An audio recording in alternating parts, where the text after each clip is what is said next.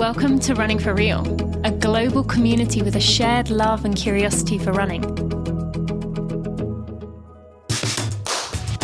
Together we reconnect with the reasons why we love to run and discover ways it helps us become better people. Whether it's the quiet moments of a morning run while the rest of the world still sleeps, or befriending the strangers next to you at the start line of a race, we are here to connect with others who see running as the common thread that weaves our lives together. Come join me, Tina Muir, as I talk with people from all walks of life, united by a love of running. Hello, my friends. Welcome to episode 412 of the Running for Real podcast. Thank you for joining me. I'm excited that you are here and very excited that this is one of those rare episodes where we record it the week that it's happening, we release it the week that it's happening, and there's a significance to that. Today, I'm excited that we have Drew Petersen on the podcast. Drew is a professional skier.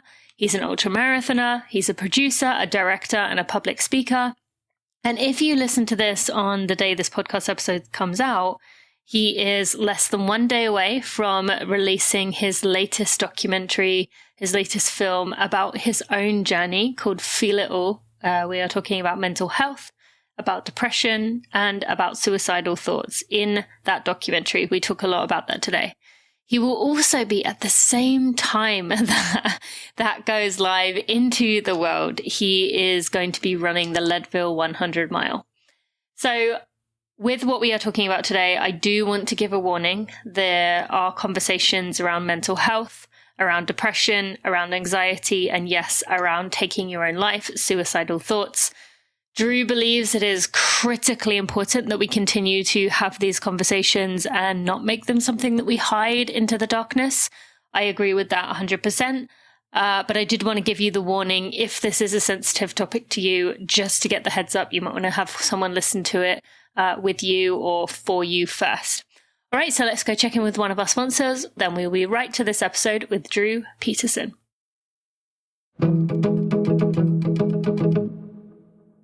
We can train all we want to train. We could get the perfect build-up. We could do all the training we want to do. But if we don't get our fuel and hydration set, we can't achieve any of it. Now, I learned this the hard way. Now I look back on my elite racing career in the marathon and know that I left so much on the table by not fueling and hydrating myself properly. Thankfully, now I do know better. I do know what my body needs and can handle. And I know that because of Precision. Precision has a free fuel and hydration planner that will tell you, and specific to you, how many grams of carbs you need, how many electrolytes you need. They will figure it out for you, and it's free. They also offer a free consultation if you want to take them up on that. No strings attached. Just go ahead and make the most of that opportunity. There will be links in the show notes to those two things. Now, for me, I have loved, now I'm getting back into longer exercises. I did a 45-mile ride not long ago, and I loved that I was back into the stage where I was taking 3 to 4 precision gels. I can begin testing my stomach, prepping my stomach for when it does eventually get back into longer runs again. As a friend of mine, you can get yourself 15% off at precisionhydration.com, and use code TINASENTME. My favorites are the PF30 gel, the Chews in mint and lemon, and I use the 1000 milligram strength of the electrolyte tabs. You will find what works best for you, and be sure to go check that out. Links in the show notes, but go to precisionhydration.com and use code TINASENTME for 15% off. Drew, welcome to the Running for Real podcast. Thank you so much for joining me. I'm excited you're here. Thanks for having me on. Stoked to chat running. I know, I'm excited. And as we are recording this for you race week, and when this comes out, it will be the day before race day. So this is a very exciting week for you with the Leadville 100 mile. I'm going to add that word for anyone who doesn't know what Leadville 100 is. At the end of the week.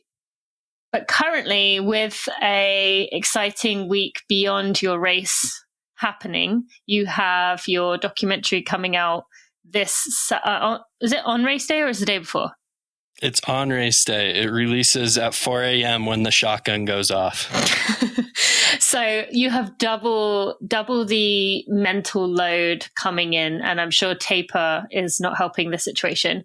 So how are you feeling really with, that's a lot to juggle in a week.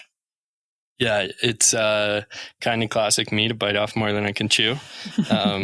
But in the spirit of ultras, in the spirit of hundreds, I will chew it all. I'll do it all. I'm definitely feeling like I'm doing a lot right now. Mm-hmm. I'm really excited to run Leadville on Saturday. I'm excited for when Saturday comes around to just have the sole purpose of running. And I think that's like, I was kind of laughing and joking the other day that it's like you got to go run 100 miles just to spend a day off your phone nowadays. But pretty psyched for that. True. Simultaneously, like I'm releasing the film "Feel It All" on Saturday when the shotgun goes off to create, hopefully kind of a fun storyline around the film and get some attention around it, get some eyeballs on it, and I'm really excited to share that with the world as well. It's like 2.5 years in the making. And so just from the artistic process, like after working on something for so long, to be able to finally share it with others is a really amazing opportunity and feels like a real culmination.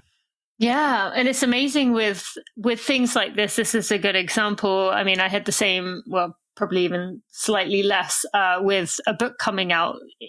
You don't put, a year ago, my book came out, you don't realize when you're looking from the outside just how many hours, how much time, how much outreach, how much mental weight you put into something. And to those of us on the outside, I mean, even me saying my book came out a year ago, I'd be willing to bet there's a lot of people listening to this. They're like, what, a year ago already? Because like time just goes by because we're all thinking about our own things and challenges and what we're working through. But as you said, there's so much that's gone into this. I mean, it's huge. And it is, as you said, quite liberating that you are releasing it as the gun goes off. So it's kind of like it's out there.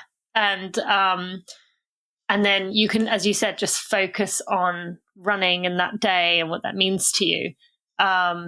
So you said there about how funny it is to require a society today kind of requires you to be running a 100-mile race to be not checking your phone all day. And by the way, side note, I do remember the first time Ryan Montgomery, who I'm crewing this weekend, said to me about leaving his phone during a 100-miler. And I was like, what do you mean you're leaving your phone? Like, to me, it like blew my mind. I was like, wait, you're not taking your phone with you? And he's like, no. And so now I understand that that's not a typical thing that ultra runners do, is carry their phones with them. Although I'm sure some do.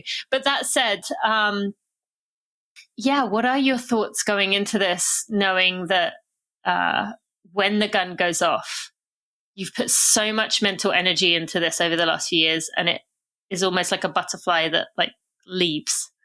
Yeah. Share some more into that. Well, I think that's like kind of respective of art in general, or like I was saying, the artistic or creative process is like, once you put something into the world, like you no longer have control of it, and whatever form of art you're creating, like you could always keep iterating on it and maybe always be making it better, but like at some point you have to say this is complete and this is going out in the world. And once I release it into the world, it's, it belongs to others at that point. I was kind of like ideating on this recently. This is going to be like, there's no way to humble brag this, but I sort of won an Emmy recently. Yes. Well, technically the name on the trophy is the reporter who did a TV news spot on me and my mental health advocacy. And he called me to tell me that we won. And he's like, it doesn't really feel like I won. It feels like you won. And then like, I was like, it doesn't feel like I won. It feels like you won. And it was like, is that just like a cycle of excessive humility, or like, is there some truth to that? And I was thinking on it, and really, I think like the best stories are the ones that don't belong to the subject and don't belong to the storyteller. I think that the best stories are the ones that belong to the viewer or listener or audience. And, I hope that this film fits into that category, that it belongs to others in that sense. And really, like, I think that's especially true because the impact and the mission is to help others and to shift culture. So that doesn't belong to me once we push publish. And that's like, as I say that out loud, that's like a little bit nerve wracking, but it is like really exciting. And yeah, it is kind of liberating too. Like, cause like, that's kind of the beauty of like publishing it during the race is like, I can't really think about it. Yeah. And also like, it's like, it doesn't matter if it gets 100,000 views on YouTube immediately. Like you can't attach like quantitative metrics to the success of something. And, so like, really, I think that what I'm going to be feeling in terms of like the overlap of the film release is that I'm going to be feeling a lot of collective love and energy coming from my community and, the people that story really belongs to at that point. Yeah. How have you, I mean, this might be something we can get into later on, but how have you got to the point where the metrics, what the outside world thinks, the views, the reviews, how have you got there to where you are able to let go of that and not attach too much to it? Yeah, it's like, it's always a process, right? Like, I'm not just like Zen master over here and devoid of, feeling other people's perception or opinion of me. But, when I started talking about mental health and when I started talking about suicide and suicidal thinking publicly, that was a really huge decision that took me a couple of years to get to that point.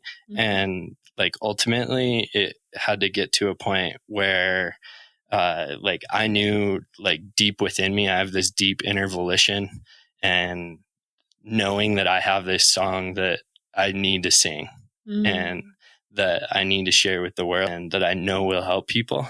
And for me to do that, I had to get to a place where if other people didn't vibe with that or align with that, or it wasn't popular, including quantitatively, like, then it doesn't matter.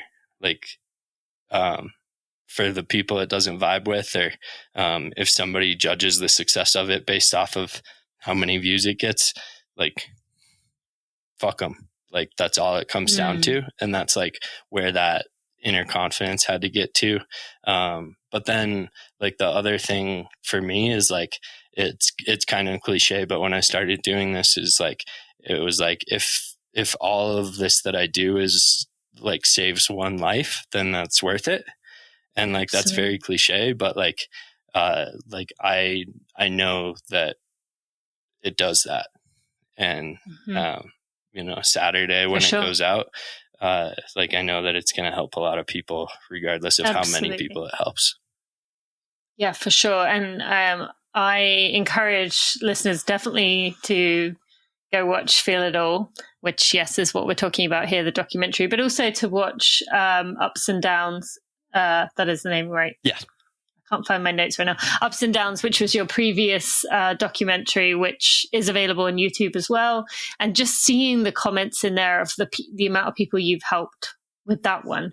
And this one, even more meaningful, another step into it, is going to be the same. And I really appreciate you sharing that, because that's very, very true. And also gives people, all of this gives people the permission to, as the title says, feel it all. And I want to go into that for a minute there. Feel it all. That means the tough parts, the raw parts, the highs, the amazing moments. That means everything. And we live in a world right now, we can talk about the social media side of things, the putting on the highlights, the look how amazing my life is. You said about people that kind of aren't going to vibe with it, don't understand it. How do you find, have you found you've been able to get through to some of the people who find it very difficult to access all of it? And they continue like almost the toxic positivity mindset of like, if I positive think this, then everything's going to be okay. Or I just need to believe that it's all going to work out. Or I just need to, wishful think it and everything will be okay. How have you found, or have you found that maybe these conversations have been able to get through to those people who really struggle to feel it all? Yeah, I think, number one, it starts with how I live that myself, and that I have to take my own advice. But then the way that resonates is because I'm actually doing it. And the entire approach of how my mental health advocacy works is that I use a common talking point, a common passion for skiing or running or the mountains to get people welcomed into the conversation. And then, that welcomes people into a conversation who wouldn't necessarily seek out something that's focused on mental health or self-help or something like that. And that's how I really get through to those people, is welcome them into this conversation. And like the hope too for using skiing and running as the vehicle is that it becomes cool, so that it's a cool conversation to engage with, and the lessons within come through in that way too.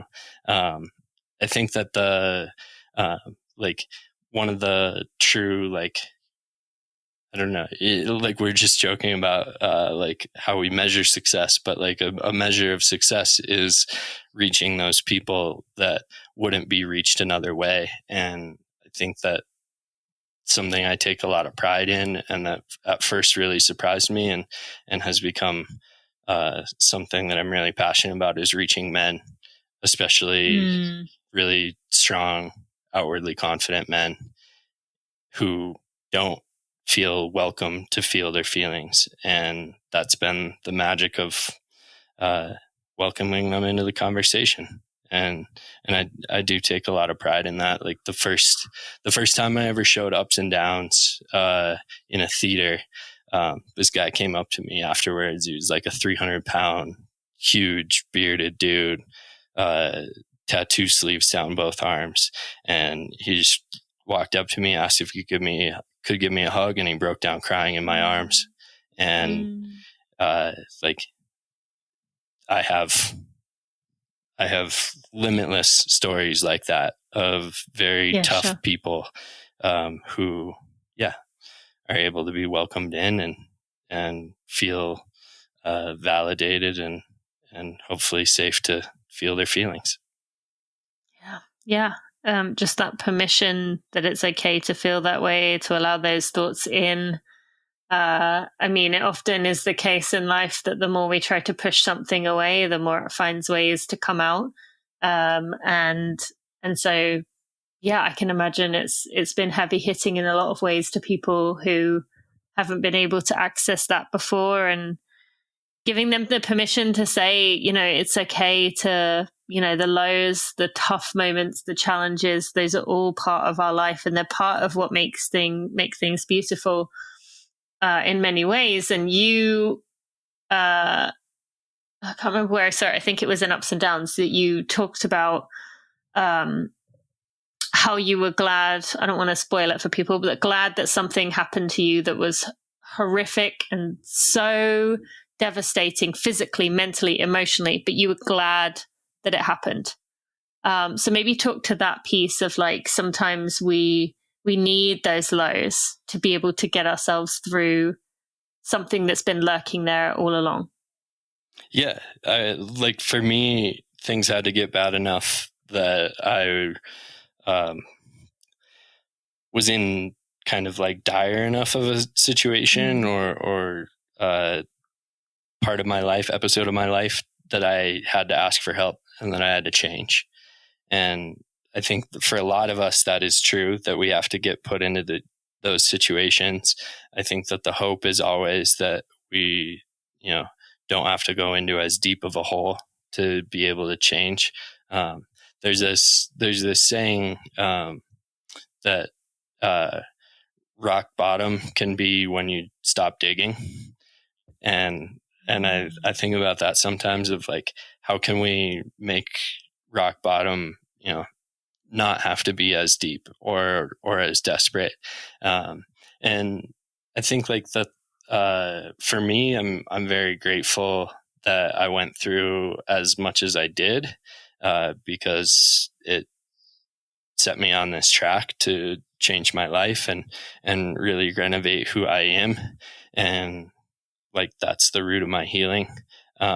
There's something that I've been thinking on lately. And I think that the intention of this film is really rooted in it, is that it's often said that pain is the greatest arbiter of change. And I think that's often true, especially in, I think that that's true in primary experience. So when we feel pain, that's the greatest driver to make us change anything in our lives. But I think that the goal is to help people not have to feel that same level of pain to create change in their lives. And that's why I think that storytelling can be an equal arbiter of change, but in secondary or third person point of view. And so like, that's why there's value in the stories that I connected with that helped me turn my life around and convince me that I needed help. And that's why I'm paying it forward now by sharing my stories, so that those stories can be an arbiter of change for somebody, so that they don't have to feel as much pain.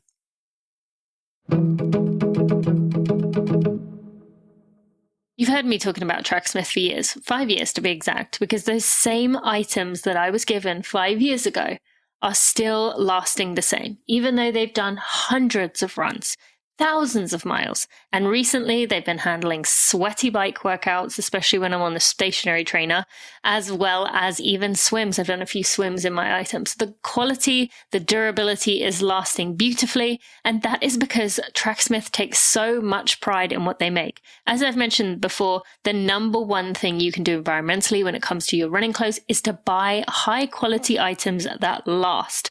I am a big fan of many of the items that are bestsellers, including the Session Speed shorts. Those are my favorite shorts of all time. I love all the tanks. I really just love every one of them. I wear them almost every day. I'm wearing one of those tanks, as well as the Session short tights. You can go check those out. And I encourage you to use code TINANEW for $15 off your order of $75 or more. That's use code TINANEW, TINANEW at tracksmith.com to get yourself that special offer. Get yourself some quality items, make them last. You will be amazed with the quality, the durability, and they're going to look good too. Go check it out at tracksmith.com. If you weren't you and someone had showed you Feel It All like 5 years ago,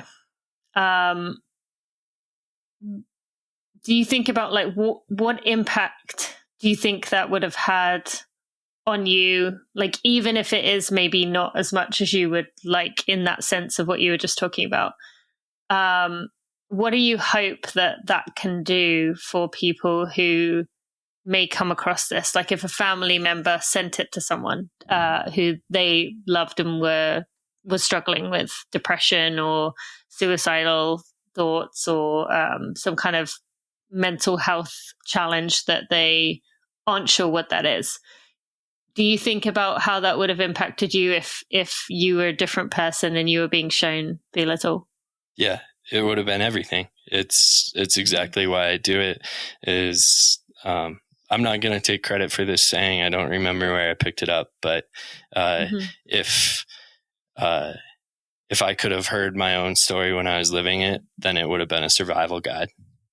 And that's the point, is my story, this film, can become a survival guide for somebody. And it's my story, and it's the story through my lens, but that's because that's the expertise that I have to speak to. But the hope is that a lot of people are able to see themselves in me, and they're able to see themselves in my story, and they're able to see their story and how they can change their story within my experience. And that's the whole point of all of it. When you asked that question, it was kind of interesting too, because you said if 5 years previous me could have watched Feel It All. I want to share that this is really neat, especially being centered around Leadville and the race coming up on Saturday. Is I had that in a sense, actually. In 2018, I was spiraling into suicidal thinking. I was completely I was desperate. I was isolated, and I was on track to take my own life. And kind of a perfect storm happened at that point in time for me. And it kind of makes it into the film, but it's like the lamest way to get hurt as a professional athlete. I tripped and fell while running in August of 2018, and I broke my collarbone and had a minor concussion. And one of the lesser talked about symptoms of concussion is a loss of emotional control. So I fully broke down that weekend as a result of that concussion, and I'm really grateful to that. And that was the third weekend of August in 2018, which the third weekend of August is Leadville weekend. And that year, R4R ran the second fastest time in course history, one of the absolute best performances in ultra running history, in my not so humble opinion. And simultaneously, Rob had just come back from major injury. That was his first success back. And was this after his Haglund surgery? I don't remember if it was after his Haglund's or which it was. I just remember like the year that led to it. And then and then that week he came out and talked publicly deeper about his depression than he ever had. And I remember listening to that interview with him like very vividly, because that was a serious turning point, serious inflection point in my life, and was a huge part of what gave me the courage to ask for help. And so like in a lot of ways, I view what I'm doing now as like a form of paying forward the power that that moment had on me, and the strength and bravery and courage of Rob sharing himself with me is what, gives me the ability to do that for someone else now. And I share that too, because I think it's pretty awesome that all of that's centered around Leadville, and then simultaneously Rob's running the race again this year. And we didn't know each other back in 2018, and we're friends now. He's doing. So you've told him this, I take it. Yeah, he knows all this, and he knows it with a lot more depth than I'll share publicly, because it's his story as much as it's mine. So maybe we'll share the story a little bit deeper sometime together. I hope.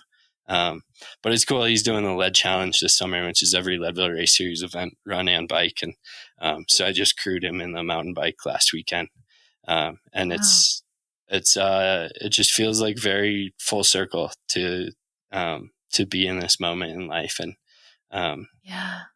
there's a lot of I think earlier I called Saturday's race a culmination, and it's a culmination of a lot of different threads and wavelengths of life all coming together. Yeah, absolutely. Yeah, thank you so much for sharing that. That is really powerful and such a good example of, the power of someone speaking to something that you're feeling on the inside, and don't even have the words yet to explain, even if you wanted to, but something can speak so powerfully to your heart and give you that ability to start unpacking it a little bit. So yeah, I really do hope, I encourage listeners to go listen to it. Before we go any further with that, where can people go find it? Go find Rob's story. No, with you, fill it all. They can go watch the film. Go to drew-petersen.com/feel it all. It's going to publish on YouTube links as well. So if you just search it on YouTube. Okay, I'll put links in the show notes. I just wanted to make it clear that it wasn't going to be somewhere where they had to, go through a paid portal or something to get there. Okay, so with what you were saying there, the power of, I keep saying power, sending someone for someone listening who has someone they love. And actually, interestingly, as I was preparing for this interview, I have someone I love who is in that kind of a place. And I think I was like, I'm gonna send this to him. And so I can very much speak to, and I'm sure you've had people, I mean, I think we all have someone in our lives who really, really is struggling with their mental health, and in a very dark place. What else do you tell people listening, including myself, who maybe do have a loved one that they feel helpless, that they can't do anything? And you said about that rock bottom, but I'll just speak to you honestly in terms of my friend, like the idea of that rock bottom and what that could be is terrifying. And so, with my friend, I don't want him to hit a rock bottom. I mean, I do, but I don't, because it's painful even as it is right now. So what else beyond sending the documentary or, saying, I'm here for you when you're ready to get help or ready to take a step. What else would you say to someone listening who has a loved one that they just feel they can't get through to, or, you've talked a lot about you didn't feel that you could share it, even though you had people you loved who cared about you. What would you say there? Yeah, I get that question a lot. I've heard that question certainly hundreds of times, if not more. Yeah. And I still don't have like a one size fits all answer. I don't have an answer I just jump to. And I think that's kind of an answer in and of itself, is that it's unique in every situation. And the biggest thing that you can do is be there for that person. And I think that we often think that you need to be able to say the exact right thing or know the exact right thing to do. And we end up overthinking how to do that. And really what it comes down to is just being there for that person. And like innately within every single one of us, we have the intuition of how to show up, and we need to trust ourselves. I think that the biggest thing that any of us can do for someone who is struggling and for someone we care about is be someone who listens. When we sit in silence, it's very uncomfortable, and it's human nature to try to avoid that discomfort by speaking first, when in reality, those of us, or the loved ones or friends who we're trying to help, really need the space to be heard. And so, listening can be very uncomfortable, but it's what, those folks need more than anything else. And yeah, I think that the nature of all of this too is that, change and real deep connection and a feeling of being safe in sharing yourself with another requires vulnerability. And one of the like elemental truths of real vulnerability is that vulnerability begets vulnerability. So when you're trying to help someone else, you can create that space for them to be vulnerable by being vulnerable yourself. And I think that you should give yourself credit, because a form of vulnerability is just showing up. And that's really, what it comes down to, is create that space and continue to hold that space. I think that it can be, again, scary, but following up and staying there, continuing to hold that space is usually what it takes, because most of this stuff takes a lot of time. It's whatever kind of help that person needs, or whatever kind of struggles they're going through. Rarely, if ever, is it a one conversation, one day solution. You said there about the importance of showing up, of being there.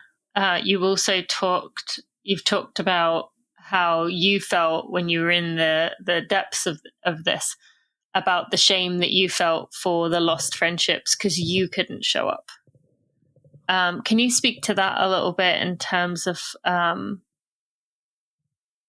just with regards to what you were saying there about the importance of showing up, and maybe even if someone you love has hurt you or lashed out because of their depression or because of what they're going through, how can someone, just because you have said how you remember that so clearly of struggling even more because of recognizing that you hadn't been able to show up for the people you love.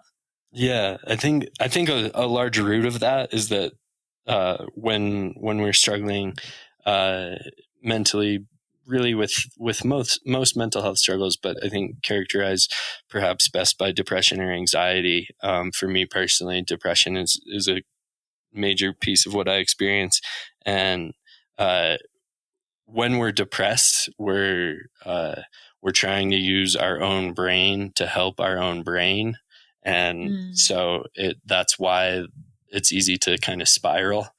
And so I think a lot of it too is like I used to beat myself up a lot for my shortcomings when I was depressed, and then beating myself up for those shortcomings would make me more depressed. And, in that case, that I wasn't showing up as a friend, and then I would spiral into what a bad friend or bad person I was. And then I'd kind of write off those friendships, or write off myself, or my ability to show up as a friend, as a brother, as a partner, however. And I think, coming out the other side of that isn't necessarily like there's a simple, easy solution or like general truth there. But I think that like being kind to ourselves over time is really like been the key for me. I often realize like, there's all these different things that I could have done differently in my life, but I think like one of the best pieces of my self-talk or of like mindfulness is not getting into those hypotheticals. So, some of what's done is done, and there's a lot that, can be rectified or reckoned. But also like having some gentleness or kindness to that prior version of myself. I don't know if I really got to the root of your question, but no, I don't know. To be honest, I don't know if I really asked the question very well, but you ideated on it a little bit more, which was kind of what I was getting at. I want to switch in a minute to talk about running a bit more about Leadville. Again, I want to encourage people to watch it and really to get more of this from that. Is there anything else? Well, actually, that's what I was going to ask you. With the Olympics going on, mental health has been a topic of focus, particularly by, as everyone knows, Simone Biles, who is, one of the faces of the Olympics, who has very publicly gone through a mental health struggle. And I just was curious, your thoughts.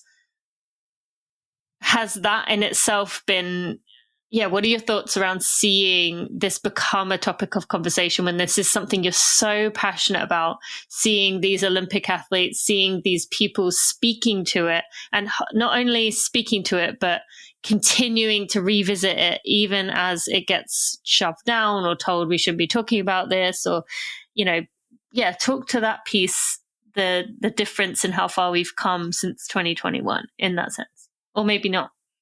Yeah, it's. I think that we are in a really amazing time period, and I'm grateful to be alive in this time period, and obviously grateful to be a piece of it, of elevating these conversations around mental health. I think that the more and more that we normalize these conversations, the more that we can weave into our culture, honoring and prioritizing mental health. It's. It's a whole different ballgame for somebody as prominent as Simone Biles to be able to talk about this stuff. We're talking, like truly one of the greatest athletes of this time, like propping up the conversation around mental health to be the most prominent topic on the most prominent stage in the world. And that is an amazing opportunity and moment that we get to witness and live through.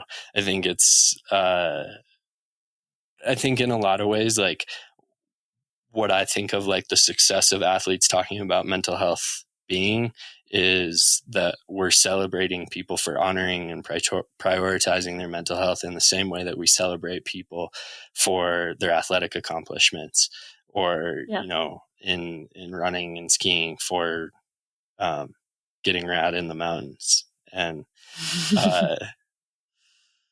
and I think it's amazing that we get to celebrate people like Simone Biles for so much more than her athletic accomplishments.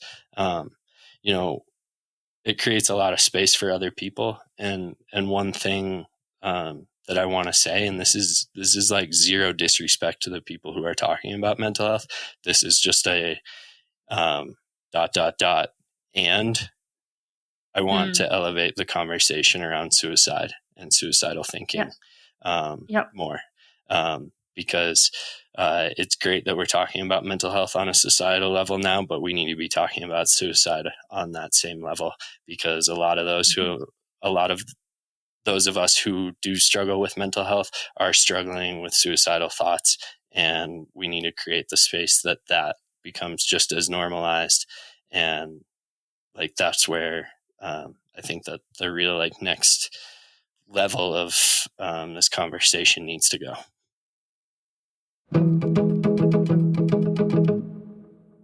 Friends, I am so excited to introduce you to one of our brand new partners. And you've probably seen them around because they are growing so fast and doing such impressive things that I'm really enjoying. Runner is the #1 rated running coaching app in the world with 20,000 5-star reviews. And they're on a mission to make running as easy, effective, and enjoyable as possible. They do this through creating personalized running plans for all abilities, ranging from those starting their running journeys, those doing couch to 5K, all the way up to 2:30 marathon elite runners. All of their plans are built by Olympic athletes and expert coaches. So let me tell you a little more. They have strength and conditioning plans that are running specific and full body. That's easily in addition to your training. You can have your strength and conditioning in the same place. They have integrated mobility and Pilates plans. If those of you like me, who are not typically good at that stuff, is right there for you on the app. They have calendar syncing. And best of all, my favorite part, you can connect with like-minded runners in the community section of the app. Now, Runner has really been doing a lot within the running space to support the running community. And I've really loved watching all that they have been doing, the events that they've been showing up at. If you see a runner event near you, go to it. It is really amazing to see. Finally, as you are a friend of mine, if you use code running for real, that's running, FORREAL, running for real, you can get yourself 2 weeks for free by going to Runner, the app Runner, RUNNA, that's Runner, RUNNA in your app store, and using the code running for real. That will give you 2 free weeks. You can check it out. You can fall in love with it. And I can't wait to hear what you think.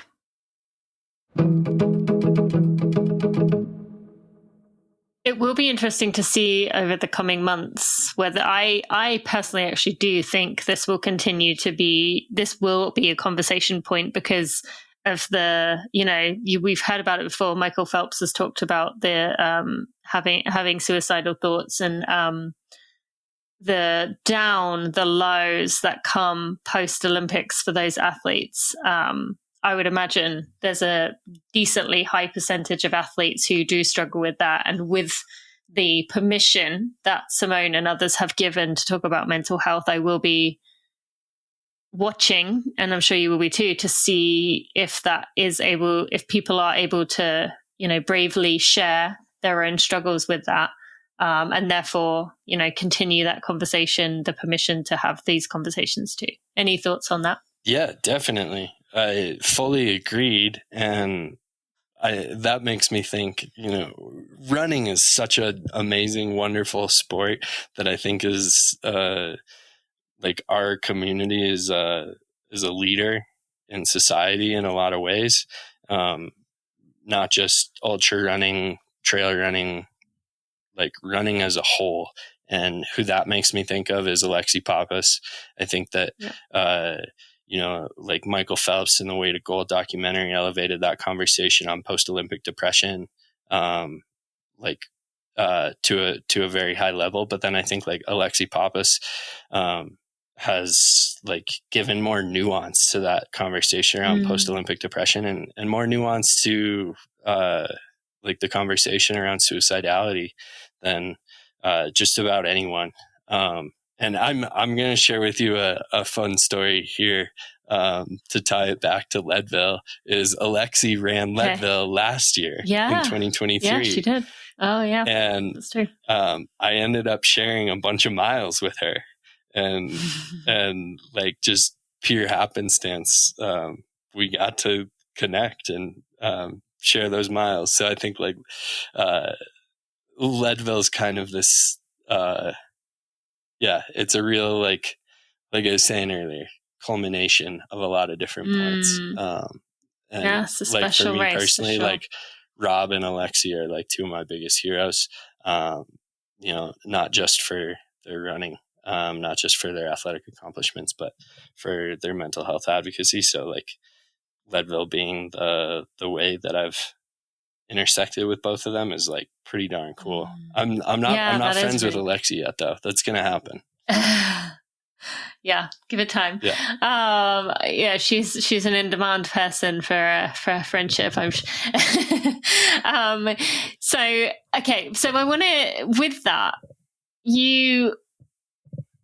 I want to just speak to the fact of like, within both of your documentaries, you have talked about how your skiing, how your running has been like helpful to you and has helped you process through it, and you choose these things that make you feel alive and make you kind of if you've got through these bouts of suicidal ideation, then you can do these races and you can do these tough things skiing.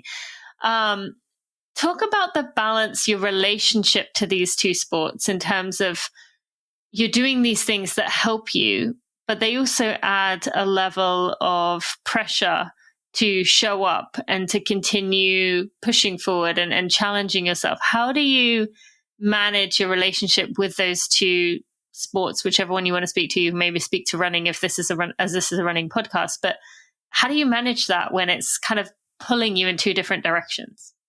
Yeah, honestly, I think as a whole, I think that a big piece of Feel It All is that the film is about our relationship and the nuances within it with recreation and sport. So I think it's like, for me, it is skiing and running. and like, I think that the nuance is that, like there can be, like multiple things being true simultaneously. Like running can be a really big positive, but I could also have a destructive relationship with it simultaneously. And like historically, like my relationship with both skiing and running was using it as an escape and using it as a way to avoid feeling the rest of life and avoid feeling, the rest of my reality. And um, I think like the nuance has grown as I've grown in that relationship with sport, where now they are just one piece of how I keep myself healthy, and they're one piece of how I navigate life and the world. They're one piece of my mental health toolkit, but they're no longer the entire thing. I think that one of the pieces you asked in there was that they can also come with pressure. And that's like very true for me with skiing. It's, skiing professionally.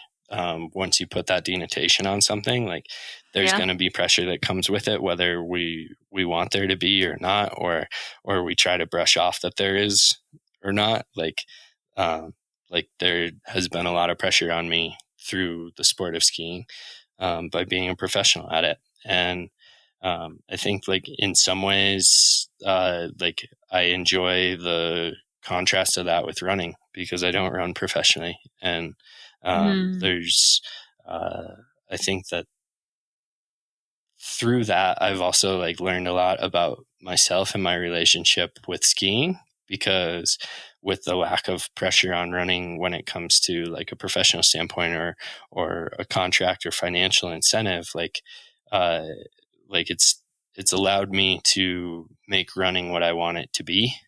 And I think that's also opened up my ability to make skiing what I want it to be as well.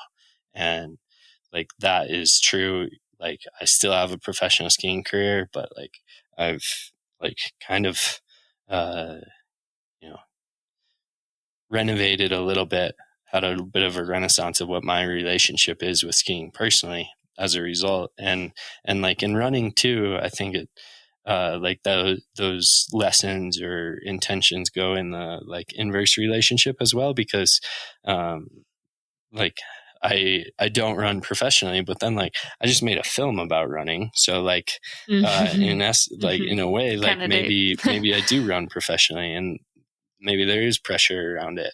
I mean, I'm talking on a podcast about running Leadville on Saturday. Like, like it feels like there's pressure on me to like run a decent race. But like having that like years long relationship of exploring that relationship with skiing, with running, I think lets me kind of be at peace with some of that pressure and make it into what I want it to be. How does it work the other way? Has skiing helped you with running?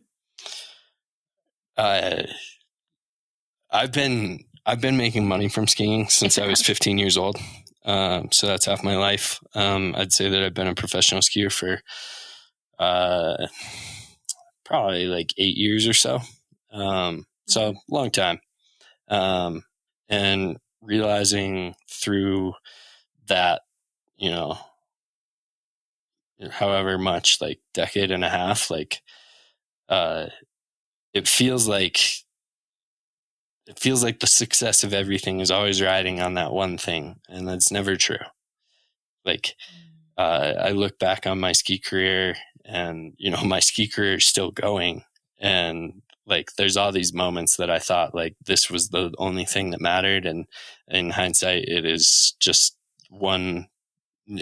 It like might be a sentence in my ski career. It might not even be. Like everything becomes so much less significant. So I think in running too, like not putting that much pressure on a race, or like even this week is like I'm not an elite ultra runner, but like all my friends are, and like my friends are professional ultra runners, and like it kind of like is like, oh man, like am I like coming up short on my potential? It's like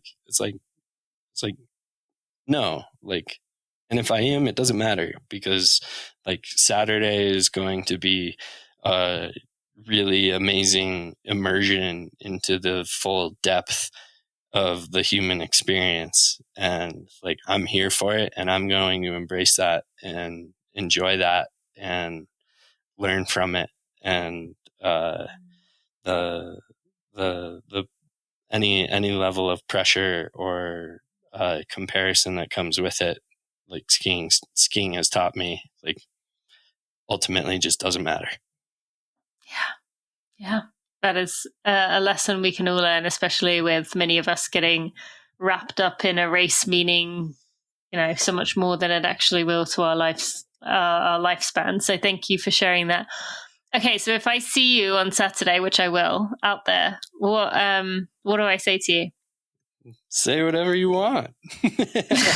share a smile with me. Well, I will be doing that, because obviously you're coming towards me and I'll be like, yeah. Okay, so then to Saturday, to Leadville.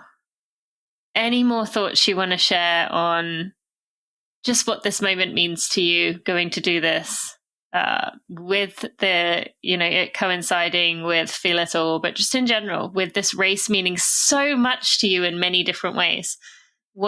Any more thoughts on what you hope Leadville is this weekend? Yeah. Earlier when you were talking about the title of the film, I thought about asking if I could share the story behind it. And sure. Yeah. The story behind the title is, like, when we started making this film, like, there wasn't a name for the film yet. And so the film centers around the 2022 Leadville 100. And at the start of that, I wrote on the back of one hand, Feel It All, and on the back of the other hand, Celebrate. And those were like my two intentions for the day and for the race. And eventually that evolved into becoming the name of the film. And I have been thinking quite a bit, obviously, about what my intentions are going into this year's race. And honestly, they're kind of the exact same. Is if I boiled it down to like two mantras, is Feel It All and Celebrate. And I really view running 100 miles as like experiencing the full breadth of the human experience. And sure. Like, Feel It All to me means embracing that entire spectrum of the human experience, the good, the bad, the ugly, everything in between, and like truly feeling that. And and then, with the film coming out too, like, that's an intention that I try to keep within me too, is like really feel like what that's like to share myself with the world and to feel the impact that it's having on people. And I'm incredibly privileged, and I'm very grateful for it, that I get to connect with a lot of people, both digitally and in person. And I just try to make sure that I'm like feeling that when I hear somebody share with me, like, like yesterday I received a message that I saved someone's life, and like really, like, that's, like, I'm super grateful to that person for sharing that with me, and like never going like numb to what that really means, and making sure that I'm feeling that. And when I put this film out online, to make sure that I'm feeling what that impact really is. And then, on the other hand was Celebrate. And that's like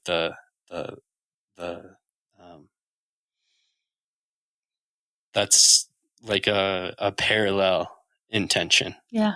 That works in concert with it. Like, I think that as a race, like both this Saturday and every 100 I've ever ran, is that it's a celebration of all the training and all the moments in life that led up to that point. But like, it's a celebration of so much more. Like, for me, it's a celebration that I'm still alive. It's a celebration that I found my purpose for being alive on this planet. And it's a celebration of these mountains and my home and my relationship to those mountains.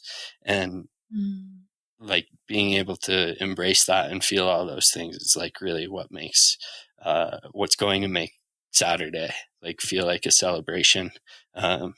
Maybe not when it gets ugly and painful, but like overall it really is a celebration. And so like the next thing I guess I want to share for like what Saturday becomes, and correct, and like stop me if I'm getting away from your question, is in the film, in the 2022 Leadville 100, my why, and in running, in ultra running especially, we talk about our why, and it's not just like a why of why you're signing up for a race or why you're running it.